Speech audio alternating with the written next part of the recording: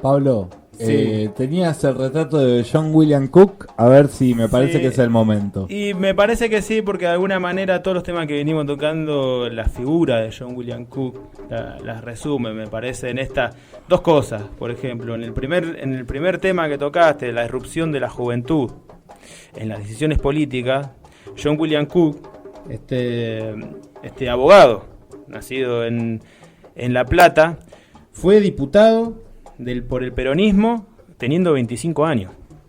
O sea, me parece que ahí va un poco la cuestión, digo, la juventud metiéndose en la política de lleno. John William Cook es un paradigma de esa figura.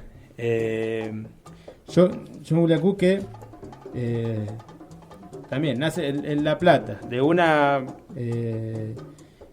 familia con tradición política. El padre de John William Cook también fue uno de los primeros, como lo hablamos en anterior, radicales, si se quiere, que son peronistas, digamos, ¿no? Diputados, congresistas. Por cuestiones históricas se hacen Claro. peronistas. Sí. Que estuvo bueno. Antes del peronismo estuvo John William Cook estudiando, el tipo se recibe de abogado en La Plata, está cercano a Forja, este grupo de fuerte orientación de la juventud.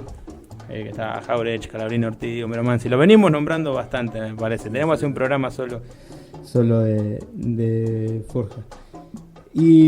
Pero bueno, ¿cuál es la característica de John William Cook, si se quiere? Que era ser diputado y ser tan joven, se le diga que fue el mentor del ala izquierda del peronismo. ¿Por qué del ala izquierda del peronismo? Porque en esa juventud, digamos, fue diputado, asesor de Perón. Cuando cae en el 55 el gobierno de Perón, además de ser perseguido y demás, el general, pues en una carta, cuando creo que John William Cook estaba preso en Río Gallegos, que ese paréntesis lo voy a contar aparte, lo deja como encargado, le da el mandato de ser el jefe, si se quiere, la palabra de John William Cook era la palabra de Perón en la Argentina, la palabra del movimiento. Y decía esto lo de Río Gallegos, porque cuando se da la revolución fusiladora, como le decimos en el 55, con Aramburu y Rojas, que van presos, todos los dirigentes peronistas van presos, le toca a John William Cook estar preso con Cámpora, con Chivene, que era un empresario, un empresario ligado al peronismo, fue el que trajo a la General Motors, trajo Mercedes-Benz a la Argentina, y con Guillermo Patricio Kelly, un personaje también muy controvertido, porque venía, mirá vos, se juntan en la cárcel. Patricio Kelly era de la derecha nacionalista, si se quiere, o sea, la contracara del pensamiento de John William Cook. Y tienen este hecho que se van de Río Gallegos, se fugan, se van a Chile, tomando... Hay una película, la película es media maula, pero no es por nada, pero cuenta un poco esta, que es bastante nueva, que se fugan de la unidad 15 de Río Gallegos, porque sabían que o lo fusilaban o lo fusilaban prácticamente. Entonces toman la determinación con Cámpora, que después, el tío Cámpora, ¿no? Quien después fuera presidente antecesor a la tercera presidencia de Perón, se van de Río Gallegos, pasan a Chile. Y bueno, ya desde ahí, perdón, acá. Pasan a Chile, y desde ahí viene toda la cuestión de John William Cook como armando la resistencia del peronismo. Digamos, aquella famosa resistencia contra la fusiladora, contra la contrarrevolución. Digamos, entonces, sostener el nombre de Perón en aquel momento costaba la vida. John William Cook en ese momento es el que organiza aquellas primeras guerrillas, se quiere, de la resistencia peronista, que va del 55 y después desemboca en los años 70 con la nueva entrada de la juventud, cosa que John William Cook no llega a ver porque muere en el año casi 60, me parece. No, porque... sí. Pero además tenía un gran componente antiimperialista, o sea, John William Cook tenía un gran componente, como decías vos, o sea, es el ala izquierda de lo que era, lo tildaban del ala izquierda del peronismo, ¿no? Porque fue resistido en ese momento, porque en el peronismo, en esta gran masa del peronismo existían diferentes vertientes. Y hasta llegó a ser tildado de comunista en aquel momento. O sea, recordemos aquella frase del peronismo, ni yanqui ni marxista, peronista. Entonces, en un discurso que da John William Cook, por Apple, que era en aquel momento, que era el que manejaba la prensa, digamos, y lo tilda, bueno, acá tengo este infiltrado comunista, y el tipo, John William Cook, lo que decía que el peronismo tenía que sí o sí pasar a ser revolucionario, digamos, era como el primer estadio a pasar a ser el peronismo como un revolucionario de los sistemas que se venían dando hasta el momento. Esa fue su teoría, digamos, su hipótesis, que se ve a la vez apoyada otra figura de John William Cook, que a mí que es súper interesante, y que a veces en esta cuestión de que por ser mujer está... Todos conocemos a John William Cook, digamos, pero muy pocos militantes nombran a Alicia Guren, que fue su compañera, si se quiere, por momentos sentimental, pero además su compañera de militancia, que es la que cuando en este exilio de John William Cook, que se va a Caracas, creo que está con Perón y demás, en un momento va a Cuba, o sea, Cuba después de la revolución cubana lo toman a John William Cook, que van allá con otros diferentes militantes peronistas, con Alicia Guren, le hace el contacto con el Che Guevara. De hecho, participan como milicianos en la bahía de Cochinos, digamos, aquella intentona de los yanquis de retomar Cuba, que venía con la reciente revolución, digamos. Entonces, por eso me parecía interesante de John William Cook hacer esta cuestión, digamos. Se resume en su discurso la participación política de la juventud, además una fuerte doctrina antiimperialista, y además la solidaridad con otros pueblos, digamos, que es lo que va viendo John William Cook en su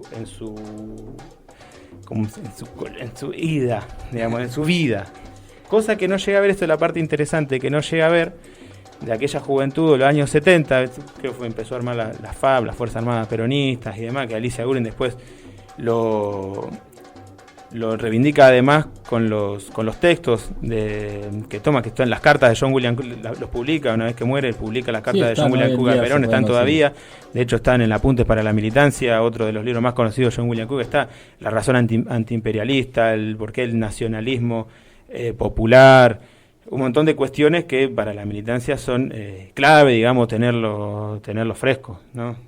Sí, también después bajo la mirada de William Cook es como que hay una izquierda renaciente pensando al peronismo como proceso, ¿no? Como alcance para otra cosa, algo que no se venía dando. Por ejemplo, la izquierda del Partido Comunista no lidiaban, digamos, con este peronismo. Y ahora ya se empieza a pensar en algún sentido, no estoy hablando de frente de izquierda, ¿no?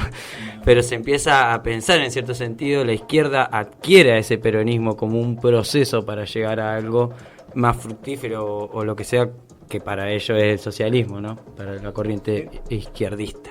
A eso digo, la muerte de John William Cook, ya casi entrando en los años 70, donde toda aquella juventud que venía del cristianismo, venía de otra militancia más social, y que venía con el cristianismo de la teología de la liberación, de Carlos Mujica y todo eso, en John William Cook encuentran esa referencia, que después no lo termina de ver, lo que fue la primavera del año 73, la primavera camporista, todo eso no lo llega a ver, pero fue el germen el que resistió, imagínate, desde el año 55, como un joven, hasta llegar hasta los años 70, todos esos 15 años, de armar a la resistencia, de luchar contra la oligarquía y el imperialismo, que es lo que en aquella dictadura de Aramburu y de Rojas venía a plasmar, digamos. O sea, se venía a borrar lo que el peronismo había hecho del 46 al 55, toda la cuestión de la industria nacional,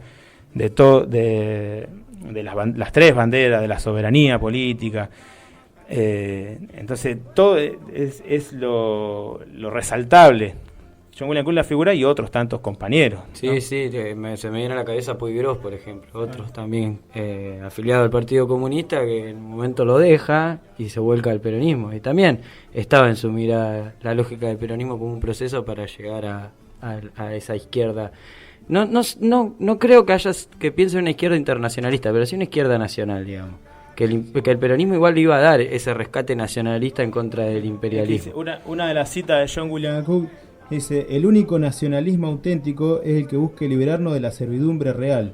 Ese es el nacionalismo de la clase obrera y demás sectores populares, y por eso la liberación de la patria y la revolución social son una misma cosa.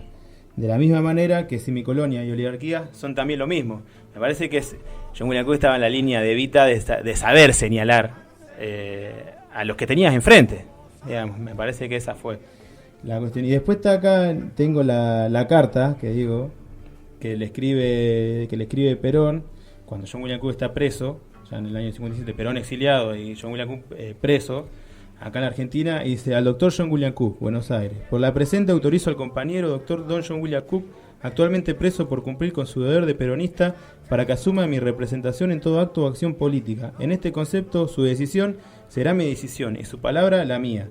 En él reconozco al único jefe que tiene mi mandato para presidir a la totalidad de las fuerzas peronistas organizadas en el país y en el extranjero, y sus decisiones tienen el mismo valor que las mías. En caso de fallecimiento, delego en el doctor John William Cook el mandato del movimiento, en Caracas, a 2 días de noviembre del 56. Tamaña tarea le tiró, porque no nos olvidemos, claro, que estaba el sindicalismo de la burocracia. Bueno, en ese momento estaba la lucha, ese pandor que decía el peronismo sin Perón, digamos, en ese momento convulsionado, ¿no? Y mirá la tarea que le tira Perón para asumir a John William Cook, que en ese momento tenía 35 años, ¿no? Claro, era joven, si no va a pensar, era una persona todavía muy joven. Sí. Muy bueno, muy bueno. Vamos a un temita. ¿Tenemos algún tema, Cato? ¿Cómo andás, Cato? Hoy no me hablaste mucho. Hoy no hablé mucho. Ahí yo al Cato le había pasado un audio que quería pasar, y después vamos al temita, si te parece. Dale. Capaz que nos conmociona un poquito. Bueno, vamos. Bestialidad que no tiene una frontera determinada ni pertenece a un país determinado. Bestias fueron las hordas hitleristas, como bestias son los norteamericanos hoy, como bestias son los paracaidistas belgas, como bestias fueron los imperialistas franceses en Argelia. Porque es la naturaleza del imperialismo la que bestializa a los hombres, la que la convierte en fieras sedientas de sangre que están dispuestas a degollar, a asesinar, a destruir hasta la última imagen de un revolucionario, de un partidario de un régimen que haya caído bajo su bota o que luche por su libertad. Y la estatua que recuerda a Lumumba, hoy destruida pero mañana reconstruida, nos recuerda también en la historia trágica de ese mártir de la revolución del mundo, que no se puede confiar en el imperialismo, pero ni tantito así, nada. Ahí pasaba Ernesto Guevara de la Serna, ¿no? Me parece que era bastante conciso Ni tantito en sus palabras. Ni tantito Claro. así. Me encanta. Poniendo en contexto a aquellos años, digamos, ¿no? De que traían los primeros. Algunos se dedicaban a escribir, ¿no? Y a hacer viajes por el continente, por Norteamérica, y otros se ponían al frente de las Naciones Unidas a decir esto. O sea, eran aquellos años convulsionados. Y el concepto, ¿no? Bestialidad. El concepto como que lo remarca. Claro, bestialidad. pero ahí, mostrando, digo, en las horas, la hora de los hornos de Pino Solana da cuenta de esa bestialidad, me parece, ¿no? Que es una cuestión, me parece que no es tan lejana en el tiempo, y bueno, pareciera así que pasó hace 2 millones de siglos, y no. Digamos, esto pasó hace 70 años. Sí, lo que pasa es que nosotros, bueno, y lo hablábamos un poco fuera de aire, nosotros lo que estamos asistiendo, por ejemplo, con Trump y bueno, ahora con Biden, o sea, lo que estamos asistiendo son los últimos manotazos de ahogado de un imperio que está cayendo, o sea, básicamente. pero digamos, esa era la época dorada, digamos, de Estados Unidos, o sea, la década del 50-60 y bueno, con todo lo que eso conllevaba, ¿no? Con todo lo que eso conllevaba. Sí, y a esto sumado, si miramos, ¿no?, a China, como emerge después, bueno, venía emergiendo, digamos, porque no ponemos, los ponemos famosos la tigres pandemia como asiáticos. que nació ahora, no, nada nace de un repollo, ¿no?, como algo que se venía generando. La economía china, digamos, ofrece un cierto capitalismo por dentro, pero después son las arcas del Estado las que salen para afuera, los de los grandes empréstitos. Entonces esta nación es la que se pone, digamos, a cargo del capital financiero. En cambio a Estados Unidos, digamos, donde diagraman distintos agentes por distintos lados. Acá hay como un control mucho más reservado como nación. Un imperialismo nacionalista, pero igual habría que repensar si podemos titularlo como imperialismo también. No, hay que pensar también, sí, China es un híbrido muy raro. Es un cuento chino, básicamente, China, ¿no? Es un híbrido muy raro, porque para adentro se manejan de un modo, para afuera se manejan de otro, y me parece que, digo, bueno, también está, creo que, perdón, ahí el Capitán Mao creo que ha hecho un laburo muy bueno en su momento, que fue una revolución cultural. Una revolución cultural, justamente. En este mismo momento, en la década del 50-60, claro, Mao dice, bueno, yo voy a hacer una revolución cultural en China, ¿no? Y a tal punto que, por ejemplo, los chinos, esto de te espían con la SUBE, que surgió en su momento cuando salía la SUBE, los chinos no lo pensarían. Los chinos pensarían, bueno, buenísimo que el Estado me esté... porque tienen hay, por ejemplo, todas las cámaras de China tienen, ¿cómo se dice? Reconocimiento facial. Y al toque saben qué ciudadano es el que está pasando por determinada calle o no. Bueno, de hecho ahora estaban haciendo, había un, perdón, te corte, pero hay un ejemplo que con esto lo del virus, bueno, vos vas viajando en tren y te reconocen el síntoma, inmediatamente te separan los dos vagones de tren que vienen atrás, el vagón tuyo lo aíslan todo completo, pero así, sin que diga ni agua va, tipo con las cámaras, una locura. Sí, bueno, pero es una cuestión que tiene que ver con su nacimiento en la década del 50-60, con la revolución cultural de Mao, que hay una cuestión de este individualismo que a nosotros nos entró desde las cuestiones norteamericanas y del neoliberalismo, y que ellos no lo tienen. O sea, ellos lo ven como algo positivo, que el Estado esté regulando esas cosas. ¿Se entiende? Sí, y es como es muy difícil pensarlo desde nuestra lógica occidental. Sí, tal cual, ¿no? Lo pensaba en el sentido hasta de la filosofía, por ejemplo. No podemos interpretar una filosofía occidental ahí adentro con la influencia que tuvo el confucianismo, ¿no? Como la filosofía como una acción, un hacer, digamos. Claro, sí, en cambio, el retrato occidental es que el escribir, tenemos a Aristóteles, Platón, y el de ellos es una forma de actuar, una forma de vivir, digamos. Que hasta los propios samuráis, digamos, si nos vamos un poco más